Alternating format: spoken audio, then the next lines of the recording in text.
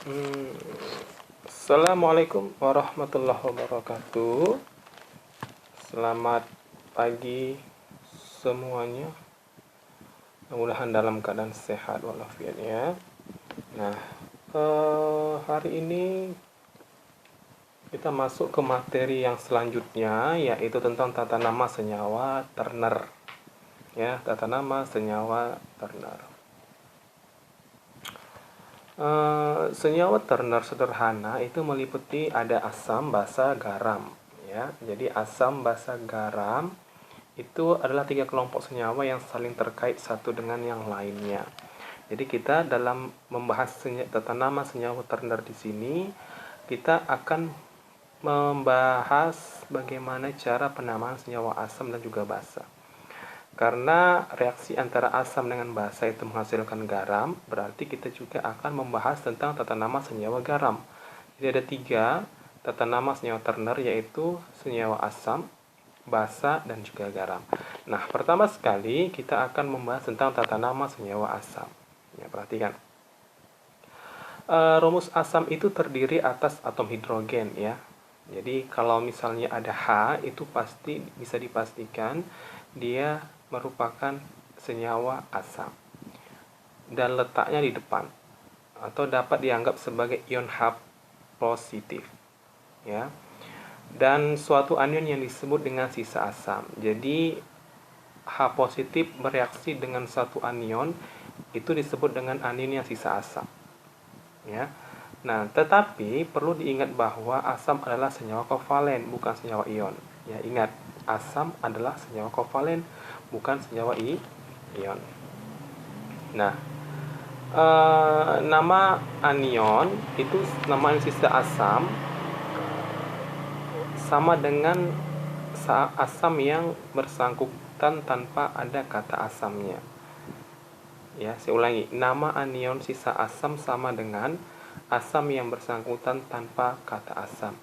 Jadi, kalau misalnya tata nama senyawa asam, sudah pasti nanti kata di depannya itu harus diberikan satu kata yang wajib, yaitu kata asam. Nah, anion sisa asamnya tinggal dihilangkan aja kata asamnya. Nah, itulah penamaan dari senyawa anion sisa asam tersebut. Contoh, nih H3PO4 ada atom H di sini. Berarti H ini kita sebutlah namanya H asam. Sedangkan PO4 itu adalah sisa asam yang namanya fosfat. Jadi nama H3PO4 ini adalah asam fosfat. Jadi hanya itu asam, PO4-nya itu adalah fosfat. Jadi namanya adalah asam fosfat. Nah, untuk ionis, makanya kalau misalnya ingin lebih paham, harus kita ionisasikan terlebih dahulu. Jadi kita tahu yang mana yang H positifnya dan yang mana yang anion sisa asamnya. Jadi begitu ya. Nah, untuk rumus molekul dan nama dari beberapa asam yang lazim ditemukan dalam laboratorium dan kehidupan sehari-hari. Yang pertama itu H2SO4. H2SO4 ini namanya asam sulfat.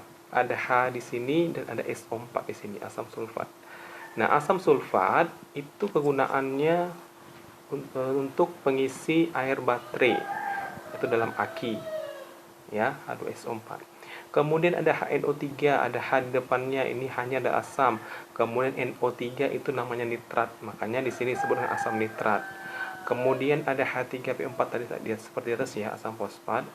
Nah, untuk yang asam asetat, nah ini sedikit berbeda. Berbedanya kenapa? Hanya terletak di paling belakang. Ya, khusus hanya asam asetat saja, hanya letaknya di belakang. CH3COO negatif nanti bereaksi dengan H positif. Jadi ini namanya adalah asam asetat atau asam cuka. Jadi gampang ya untuk tata nama senyawa, tata nama asam cukup dengan menambahkan kata asam saja di belakangnya. Nah, sedangkan basa, bagaimana basa? Zat yang dalam air dapat menghasilkan ion OH negatif atau larutan basa bersifat kaustik, itu sifat dari basa. Nah, jika terkena kulit terasa licin seperti bersabun. Pada umumnya basa adalah senyawa ion yang terdiri dari kation logam dan juga anion OH negatif.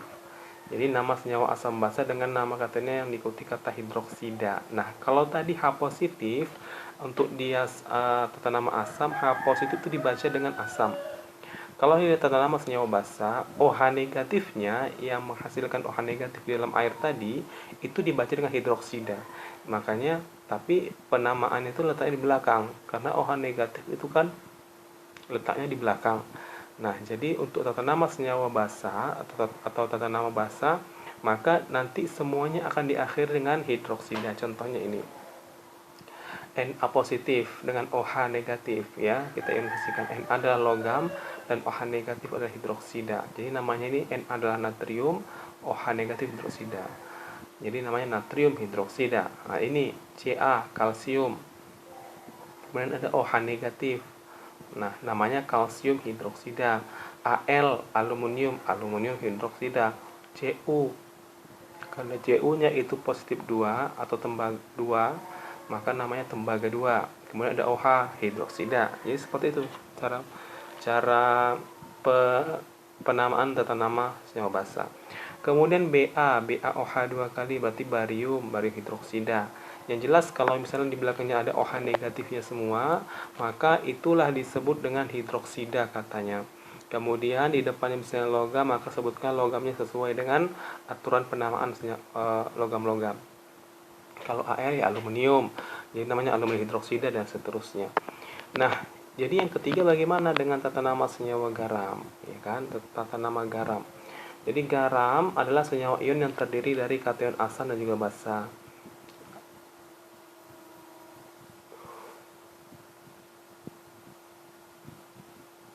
Rumus dan pemberian nama senyawa garam sama dengan senyawa ion. Ya, contoh. Jadi tinggal sebutkan aja kationnya dan sebutkannya anionnya, maka itulah nama dari senyawa garamnya. Kalau tadi asam kan adalah H positif ya. Kalau tadi basa ada OH negatifnya. Kalau dia garam tidak ada. Tinggal dibaca saja siapa kation dan siapa anionnya. Contoh ini Na positif kan kation karena bermuatan positif. Dan Na itu namanya natrium. NO2 negatif, kita kemarin sudah bahas. NO2 negatif itu adalah nitrit. Berarti kalau digabungkan antara Na positif dengan NO2 negatif menghasilkan garam NaNO2, maka namanya ini adalah natrium nitrit. Natrium nitrit. Kemudian yang kedua ada Mg2 positif, karena dia bermuatan positif berarti dia merupakan suatu kation. Kation dengan muatan 2 positif. Kemudian ada anion PO43 negatif, ini namanya fosfat. Kemudian pada saat digabungkan, ya digabungkan dia Mg2 positif dengan PO43 negatif menghasilkan garam Mg3 PO42 kali, maka namanya ini adalah Mg magnesium PO43 negatif fosfat, maka namanya adalah magnesium fosfat. Nah, bagaimana dengan angka-angka di sini? Ini kan kali silang saja. Jadi 2 ini jadi milik lawannya, 3 ini juga jadi milik lawannya. Maka dari Mg3 PO42 kali. Ya. Nah, kemudian yang ketiga juga ada Fe3 positif. Fe3 positif itu adalah suatu kation. Fe akan ada yang 2, ada yang 3. Berarti ini muatannya 3 positif. Kemudian SO42 negatif. Ini adalah anion karena bertanda negatif di atasnya. Kemudian kita gabungkanlah 3-nya ini jadi milik SO4, 2-nya jadi milik Fe. Maka hasilnya adalah Fe2 SO4 3 kali. Nah, Fe3 positif ini adalah besi 3. Ya, Fe3 positif. Kalau tadi dia Fe2 positif, maka namanya besi 2. Ya, kalau dia Fe saja misalnya Fe positif, maka dia Fe1 kayak gitu. Nah, jadi besi 3 sulfat karena SO4 2 negatif itu adalah anion yang namanya adalah sulfat. Kemudian yang selanjutnya keempat ada Hg2 positif. Hg2 positif adalah raksa. 2 positif raksa 2 namanya. Kemudian Cl adalah klorin, klor, tapi di akhirnya kata ida ya kan, seperti tata nama senyawa biner yang kemarin, maka namanya adalah raksa 2 klorida ya, tinggal kali silang aja muatannya. Kemudian yang terakhir Cu positif dengan O2 negatif, maka Cu2O tembaga 1. Kenapa tembaga 1? Karena muatannya adalah positif 1, jadi tembaga 1 oksida. Itulah tata nama senyawa asam, basa dan juga garam. Kira-kira sampai di sini ada yang ingin ditanyakan? Iya. Sekarang tidak ada, kita lanjutkan. Dan mudah-mudahan paham apa yang akan saya jelaskan selanjutnya ya. Kalau memang ada yang ditanyakan, nanti silakan tanyakan di kolom komentar. Yang keempat, tata nama senyawa organik. Ya, apa itu senyawa organik? Senyawa organik adalah senyawa-senyawa karbon dengan sifat-sifat tertentu pada awalnya. Jadi senyawa organik ini tidak dapat dibuat di laboratorium. Jadi di mana dibuat? Hanya dapat diperoleh dari makhluk hidup. Itulah senyawa organik. Jadi oleh karena itu, senyawa-senyawa karbon tersebut dinamai senyawa organik. Senyawa organik mempunyai tata nama khusus, ya. Selain nama sistematis, banyak senyawa organik mempunyai nama lazim atau nama dagang. Jadi ada nama lazimnya atau nama dagangnya. Kita kasih contoh. Nama sistematisnya CH4, ya, maka nama lazimnya adalah metan atau gas alam. CONH2 dua kali, nama umumnya adalah urea. CH3COH, nama lainnya adalah cuka. Kemudian CHI3 atau iodoform adalah antiseptik. Kemudian HCHO adalah formaldehid atau formalin. Kemudian CHCl3 kloroform atau obat bius. Kemudian C12H22O11 adalah sukrosa, gula tebu. C6H12O6 itulah glukosa, dan C2H5OH adalah alkohol. Ya, itulah tata nama yang lazim digunakan. Boleh digunakan seperti itu, boleh, atau boleh dengan tata nama senyawa IUPAC, boleh. Ya, tidak ada larangan di situ. Nah, kemudian ada tugas kok tidak usah dikerjakan. Nanti ada tugas yang dikerjakan yang di atasnya tadi, ya.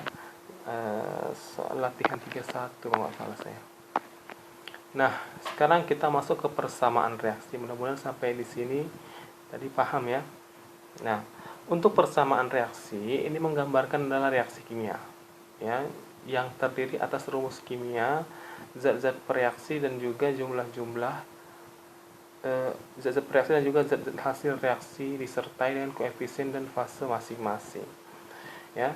Nah, jadi bagaimana cara penulisan persamaan reaksi? Oke, baik.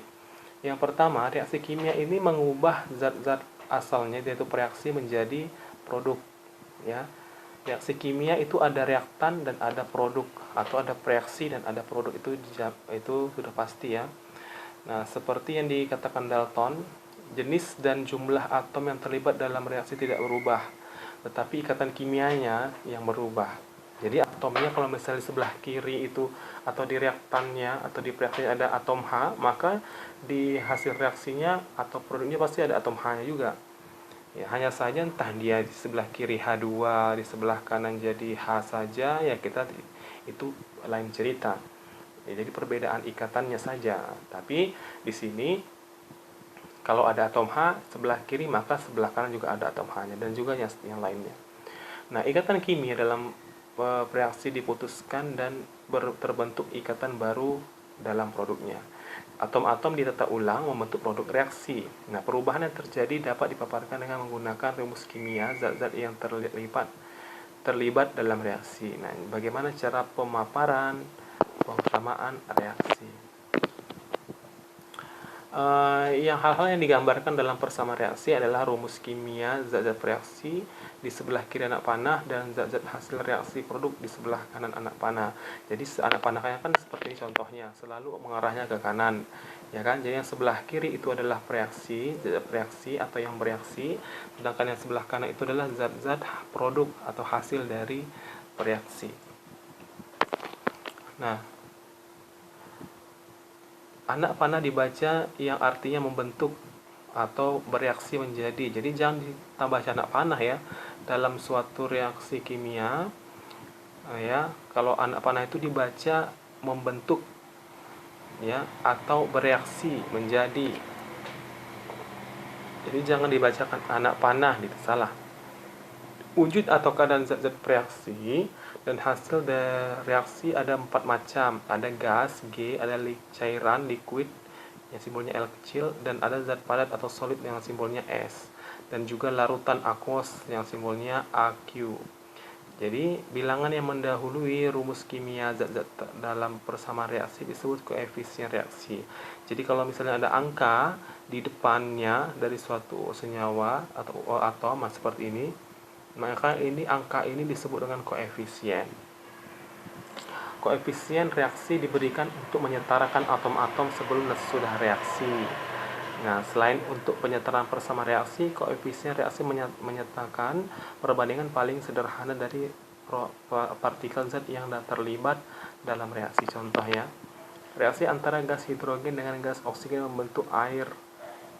Ya, membentuk air. Maka gasnya ini cara membacanya adalah 2H2O ditambah O2 menghasilkan atau membentuk 2H2O, atau 2H2 ditambah O2 membentuk menjadi 2H2O, atau 2H2 ditambah O2 bereaksi menjadi 2H2O. Seperti itu cara penamaannya. Jadi angka 2 inilah koefisien. Sedangkan ini koefisien O2 berapa? 1. Karena 1 tidak dituliskan. Nah, di depannya angka 2 lagi. Maka angka 2 ini disebut dengan koefisien. Ya. Ya, berdasarkan persamaan reaksi di atas tadi, berarti 2 molekul hidrogen bereaksi dengan 1 molekul oksigen membentuk 2 molekul H2O. Nah, oleh karena itu, sebaiknya dihindari koefisien pecahan karena dapat memberi pengertian seolah-olah partikel materi, atom atau molekul dapat dipecahkan.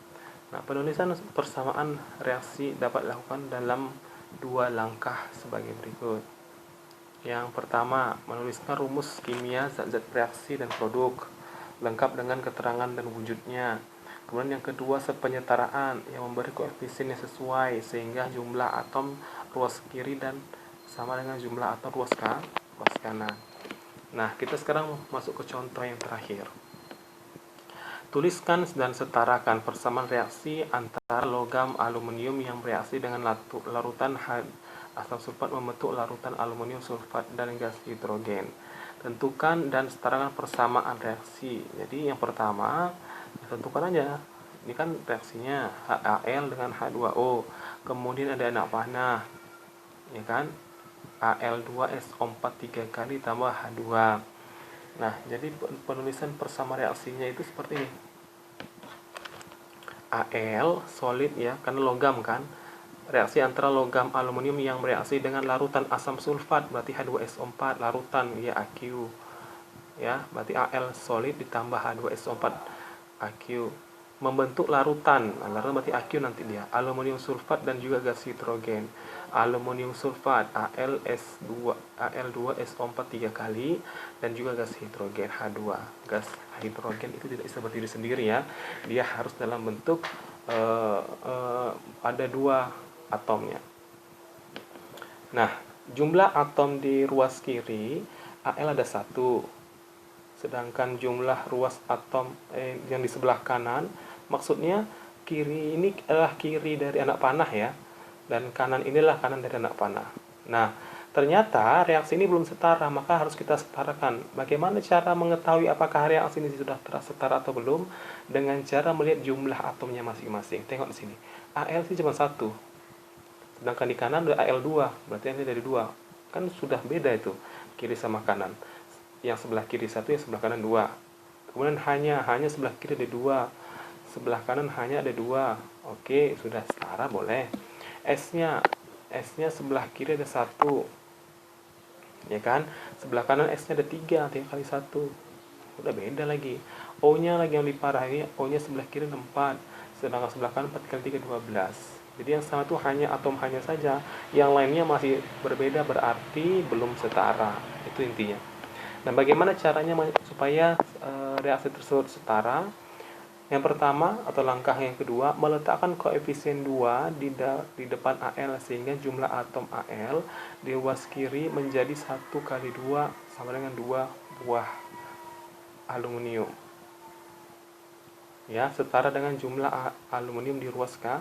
Jadi meletakkan koefisien 2 di depan Al di depan aluminium sehingga jumlah atom aluminium di ruas kiri menjadi 1 kali 2. Ya.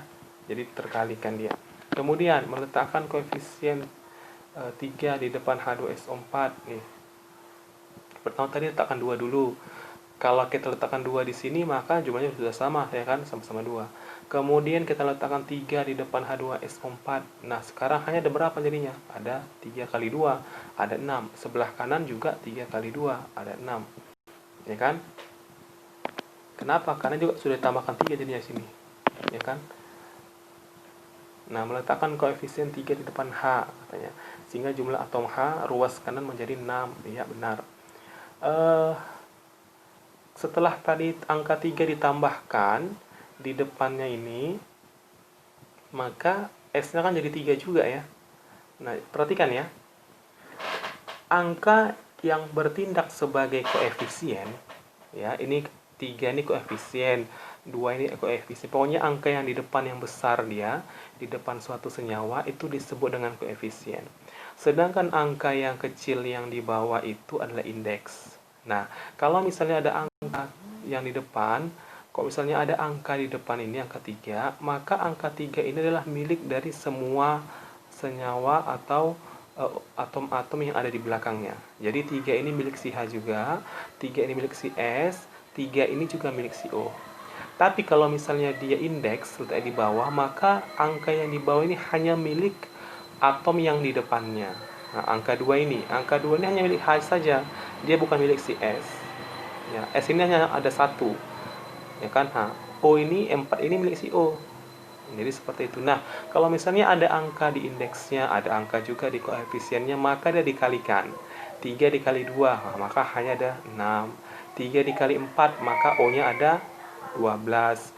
S-nya 1 kali 3, maka S-nya ada 3. Jadi seperti itu ya. Nah, jadi sebelah kiri itu seperti itu. Nah, kemudian bagaimana dengan yang namanya dalam kurung? Nah, kalau ada dalam kurung lagi, dikalikan lagi ke dalamnya. Seperti ini. O-nya indeks O 4. Kemudian ada dalam kurung ada 3 lagi. Berarti ya dikalikan 3. 4 dikali 3. Maka O-nya ada sama dengan 12. Kemudian S-nya 1 di sini kan enggak ditulis. Angka 1 memang tidak pernah ditulis. Kemudian 1 dikalikan dengan buka dalam kurungnya. Jadi 1 kali 3 sama dengan 3. AL-nya 2, kan begitu. Jadi sekarang kita hitung AL-nya sudah 2, di kanan, di kiri juga AL-nya 2. Di sebelah kiri hanya S-nya dulu. S-nya ada 3, di kanan juga S-nya ada 3. Kemudian O-nya di sebelah kiri ada 4 kali 3 12, di sebelah kanan 4 kali 3 12. Tinggal hanya, kan tadi ini belum ada ya contohnya 3 ini. Nah, kemudian hanya H 3 kali 2, sebelah kiri ada 6. Sedangkan di sebelah kanan, kalau angka 3-nya masih belum ada, kan masih 2 nih. Maka supaya bagaimana dia jadi 6, maka tambahkanlah 3 di koefisien. Jadi 3 dikali 2, kali 2 sama dengan 6. Nah, karena Al2SO4 3 kali, tidak ditambah koefisien, berarti koefisien Al2SO4 3 kali itu sama dengan 1. Jadi penyetaraan reaksi di sini, angka koefisiennya kalau kita urutkan 2, 3, 1, 3. Ya, jadi seperti itu. Nah, bagaimana cara pengucapan atau pembacaan dari suatu senyawa yang ada dalam kurungnya? Itu namanya dikali. Nah, 3 kali, kan seperti ini ya, seperti ini bacanya. Al2SO4 3 kali. Ya, SO4-nya 3 kali gitu. Oke, baik ya. Sampai di sini saja dulu pertemuan kita. Mudah-mudahan paham apa yang saya sampaikan. Kalau misalnya nanti kurang paham, coba diulang lagi videonya. Dan masih kurang paham juga, silahkan diketikkan di kolom komentar. Akan kita bahas, kita diskusikan selanjutnya. Oke, baiknya. Sampai di sini saya akhiri. Wabillahi taufiq wal hidayah. Wassalamualaikum warahmatullahi wabarakatuh. Selamat siang semuanya.